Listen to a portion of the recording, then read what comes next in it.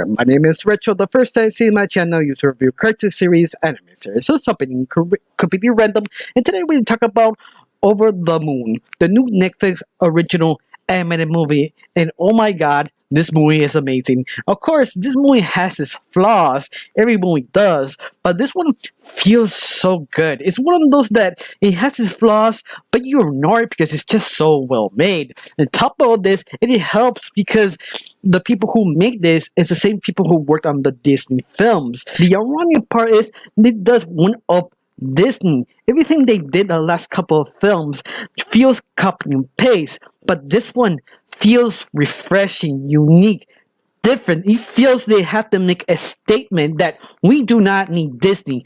Disney needs us.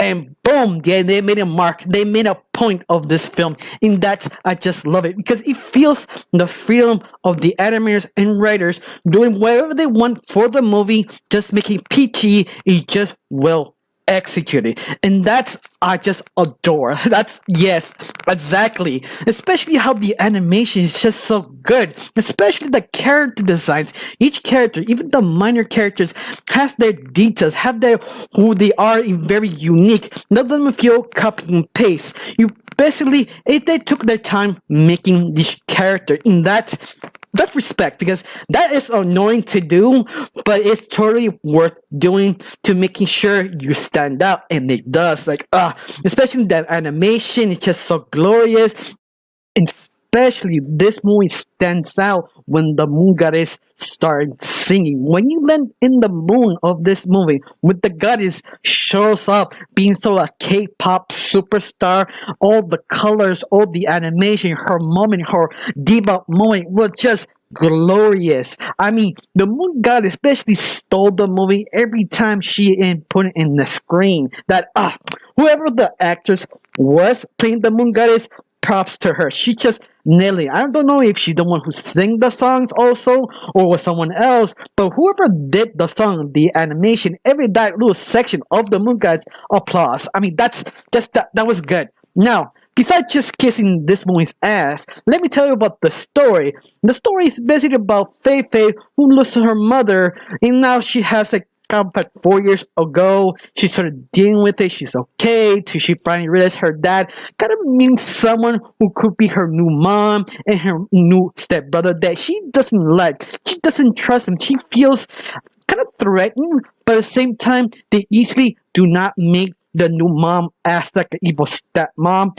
They avoid that because when she see her, she's usually very kind, very sweet. She even trying all she can to make Feifei like this her, like the mom.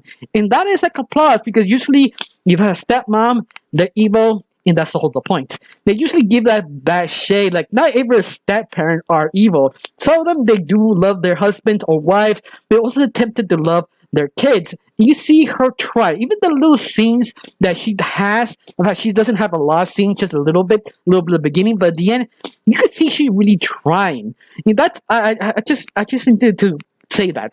That's all. Anyway, now, but Fei Fei now trying to figure out to convince her dad to do not forget her original mom. But the only way she thinks about how to convince her father to understand, don't forget her mother, and you don't need her, the stepmom, is basically kind of confirming the moon goddess exists because her love for her ex-husband, her dead husband, is always forever. If she convinces her dad she is real, everything will be okay, right? But I love it, that sort of delusion, like, yeah, of course, that makes perfect sense. I mean, I just need to do that. Everything will be okay, glorious. No, I mean, I love the other characters who looks at Faith, especially her close cousins, aunts, and grandparents. Look at her like, yeah, girl, you're a little bit delusional. But I love it. They sort of play with that idea. They also like the story of the moon goddess and sort of question that she does live with her husband or she really did love them. That sort of questioning only the adults will ask because they sort of their minds get kind of crazy about the story. What if she didn't? What if she did? And that I have to applaud. That really enjoyable, especially how whole Faith's family is just so likable. Yeah, I wish if this movie ever get a sequel, they focus on Faith's family a little bit more. Just I just hoping. I don't know. Besides that, Feifei figures out how to use a rocket to get to the moon.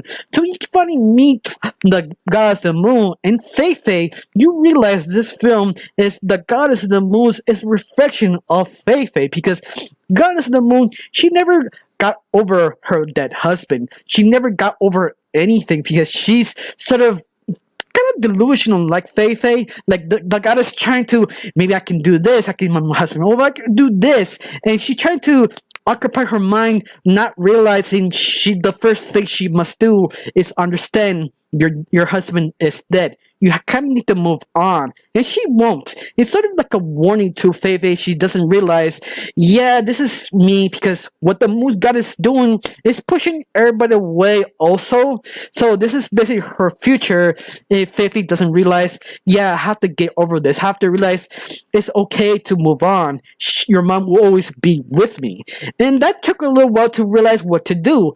But I love it. They sort of meet the moon goddess, sort of give her like a quest, find that certain item that she doesn't know what the item is. A moon goddess like, I know it's an item, you have it, you should have it. And Faith like, yeah, I have no idea what you're talking about, but I will try what you want if you give me what I want. And they kind of go this sort of adventure to get that sort of MacGuffin to give to the moon goddess. And that basically the kind of like a road trip understanding Faith-based sort of reflection her own problems and realize she must fix this and become a better person, or also become a better person with her stepmom and his brother, because her little brother, stepbrother of Feifei, that he is a tad annoying, but at the end he has a point to be annoying. He has a point to being there with her. Feifei's little stepbrother is sort of the catalyst that she's starting reflecting and using. Every little moment she met her little brother means so much more later on, because she realized, yeah, maybe I do need this more to understand my new family. And that's sort of precious. I mean, it's one of those shows, one of those movies, it really gets you right here in the heart. It just makes you happy, especially all the songs. I mean, all of them are, I like to say A tier, but most of them are B tier. But there 1 and 2 are just A tier songs. Like, yes, but I felt they could do better. Like, it's like almost that line, like the being perfect A tier songs. Like, but once more, I'm not complaining. They're still good. I still want to rehear the songs because they are really good. It's something I wish they took a little bit more time on the songs. But besides that, that's just a little minor complaints. In fact, most of all the movie complaints are just minor, and that really doesn't ruin the film. It's something I still recommend completely, especially if you're a Disney fan. You feel that Disney itch is not yet scratched. Watch this film; it's completely worth it. All the performances are great. The animation, the songs, the feeling is here. I got nothing else to say. Just thank you for watching. Don't forget to subscribe and have a wonderful day. Bye.